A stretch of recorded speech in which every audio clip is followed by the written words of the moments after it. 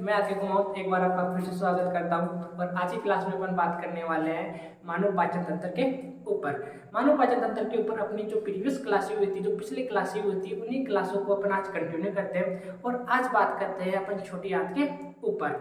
छोटी आंत हमारे मानव पाचन तंत्र का क्या है, हमारे पास में एक बहुत ही ज्यादा इंपॉर्टेंट पार्ट है। थोड़ा लंबा चलेगा लेकिन आसानी से अपन इस चीज को अपन बोर्ड के ऊपर समझते हैं। तो देखो स्टार्ट करते हैं अपन मानव पाचन तंत्र के अंदर छोटी आंत को। तो देखो छोटी आंत हो जाएगी अपने पास में, जिसको बोला जाता है स्मॉल इंटेस्टाइन। ठीक है, अगर बात करते हैं अपन छोटी आंत स्मॉल इंटेस्टाइन की, तो अपने पास में जो स्मॉल इंटेस्टाइन होती है, ये अपने पास में जो आहार नली होती है, इसमें सर्वाधिक पाचन की भूमिका निभाती है। ये अपन बोल सकते हैं कि अपने पास में क्या होता है, सबसे ज्यादा जो भोजन का पाचन होता है, ठीक है, सबसे ज्यादा भोजन का पाचन आहार नली के छोटी आंत भाग में होता है। तो सर्वाधिक जो भोजन का पाचन होता है वो अपने पास में कहाँ होता है, आहार नली के अपने पास में छोटी आंत के अंदर होता है। बात करते हैं इसी चीज के अपन सेकंड पॉइंट के ऊपर। तो सेकंड पॉइंट देखते हैं क्या होती है। यह अपने पास में आहार नली होती है, इसका सबसे लंबा भाग होता है या सबसे लंबा अपन क्या बोल सकते हैं, अंग इस चीज को बोल सकते हैं। तो देखो सेकंड पॉइंट होता है अपने पास में, ये क्या होती है, आहार नली का अपने पास में क्या होती है, सबसे अपने पास में क्या हो जाएगा, लंबा भाग हो जाएगा, जिसकी अगर लंबाई की बात करें तो वो 5 से कितनी होती है, 6 मीटर अपने पास में होती है। ठीक है, अब अगर बात करते हैं इस छोटी आंत के पार्ट्स को, इस छोटी आंत को अपन ने 3 भागों के अंदर डिवाइड किया है। पहला भाग आता है अपने पास में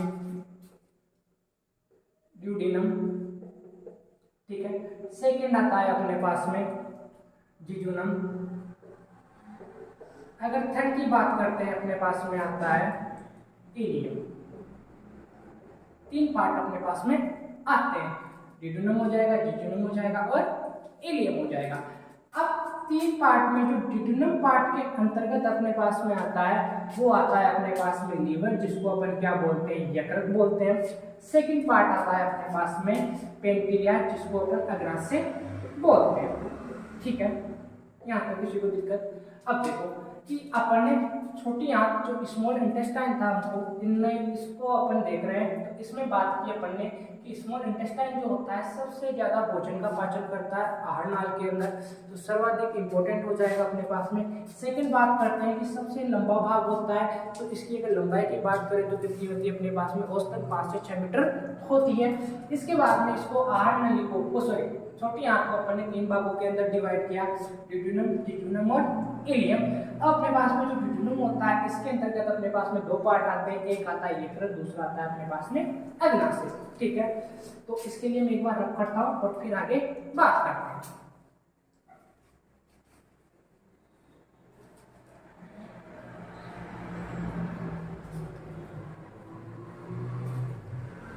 देखिए बात करते हैं अपन ड्यूडेनम की, तो मैं डिवाइड किया यकृत, लीवर और अपने पास में अग्नाशय, जिसको पेनक्रियास बोला जाता है। अब जो यकृत की बात करते हैं, यहाँ पे एक बार अग्नाशय को थोड़ा बाद में लेते हैं। तो अगर यकृत की बात की जाए, इंग्लिश में बोला जाता है अपने पास में लीवर। अब यकृत जो अपने पास में होता है, ये देखो, ये अपने शरीर की क्या होती है, आप बोल सकते हैं मानव शरीर की जो होती है अपने पास में सबसे बड़ी ग्रंथि होती है। मानव शरीर की क्या होती है, सबसे बड़ी ग्रंथि होती है। ठीक है, अब मानव शरीर की अपने पास में सबसे बड़ी ग्रंथि होती है, तो इस ग्रंथि से क्या होता है, एक रस का स्राव होता है, उसको बोला जाता है पीत रस, जिसको इंग्लिश के अंदर बीट जूस भी बोलते हैं। अब ये पीत रस जो बीट जूस होता है, जहाँ पे अपने पास में इकट्ठा होता है, उस स्थान का नाम होता है अपने पास में, हिंदी के अंदर बात करते हैं पित्ताशय, ठीक है, और इंग्लिश में बोला जाता है गॉल ब्लैडर। ठीक है, तो अपने पास में जो पित्ताशय होता है या पीतरस बोलते हैं, इससे क्या निकलते हैं अपने पास में, पीत लवण निकलते हैं। ठीक है। अब अपने पास में जो पीत लवण जो अपने पास में आ रहे हैं, इस पीत लवण का कार्य क्या होता है, ये अपन डायरेक्ट भी बोल सकते हैं कि जो पीत रस होता है इसका अपने पास में कार्य क्या होता है। तो देखो ध्यान से, जो अपने पास में पीत रस का कार्य होता है, ये क्या करता है, अपने पास में जो वसा की बड़ी गोलिकाएं होती है, इन बड़ी गोलिकाओं को क्या करता है, छोटी छोटी गोलिकाओं के अंदर क्या करता है, बदलता है।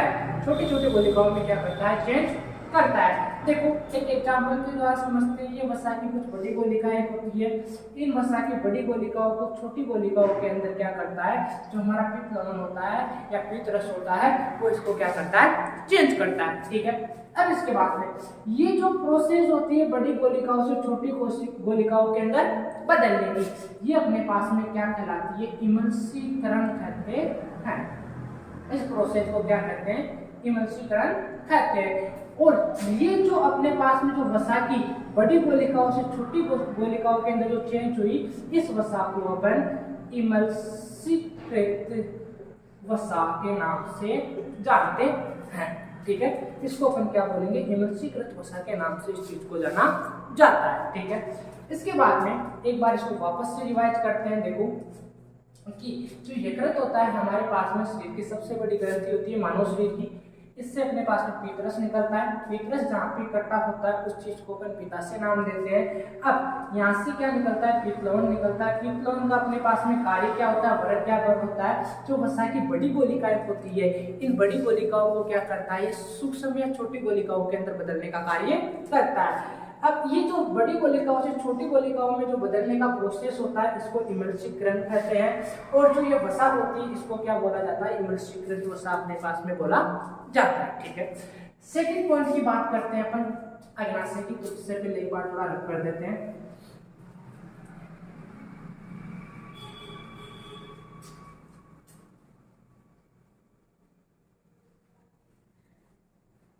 अब जो अपने पास में अग्नाशय होता है, ये क्या होता है, मानव शरीर की क्या होती है, अग्नाशय की बात कर रहे हैं, मानव शरीर की क्या होती है, दूसरी बड़ी ग्रंथि होती है।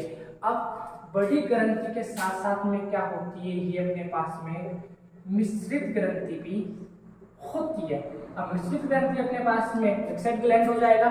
अब अपने पास में जो मिश्रित ग्रंथि किस चीज को बोलते हैं, ऐसे ग्रंथि जो अपने पास में क्या करती हो, अंतःस्रावी का भी काम करती है और बहिःस्रावी का भी कार्य करती है। तो अपने पास में क्या हो जाएगा, अंतःस्रावी और बहिःस्रावी। इस प्रकार की जो ग्लैंड होती है उसको क्या बोला जाता है, मिश्रित ग्रंथि बोला जाता है, जो अंतःस्रावी और बहिःस्रावी का कार्य करती है। अब अंतःस्रावी को अपन एंडोक्राइन बोलते हैं। ठीक है। और इसको एक्सोक्राइन इसको बोला जाता है। तो एंडोक्राइन और एक्सोक्राइन इनको इंग्लिश में बोला जाता है। तो अंतःस्रावी ग्रंथियां जो होती है, ये अपने पास में किसका स्रावन करती है, ये अपने पास में हार्मोन का स्रावन करती है। जबकि बहिःस्रावी जो ग्रंथियां होती है अपने पास में एंजाइम का स्रावन करती है। ठीक है। ये अंतःस्रावी ग्रंथि हार्मोन्स का स्रावन करती है और बहिःस्रावी ग्रंथियां जो होती है अपने पास में एंजाइम का स्रावन करती है। ठीक है। आगे देखो, अब जो हार्मोन्स का होता है, तो अंतःस्रावी ग्रंथियों के द्वारा बात कर रहे हैं यहाँ पे अग्नाशय की। जो अग्नाशय के द्वारा अंतःस्रावी ग्रंथि के रूप में हार्मोन का स्राव किया जाता है, वो अपने पास में होता है इंसुलिन। ठीक है। कौन सा होता है, इंसुलिन होता है। अब अपने पास में जो ये इंसुलिन होता है, इस इंसुलिन का कार्य क्या होता है अपने पास में, यह रक्त के अंदर या ब्लड के अंदर अपन बोल सकते हैं, रक्त के अंदर क्या करता है, जो अपने पास में शर्करा की जो मात्रा होती है उसको क्या करता है, नियंत्रित करता है। तो रक्त में क्या हो जाएगा, शर्करा की मात्रा को क्या करता है, नियंत्रित करता है। और अपने पास में इंसुलिन हार्मोन।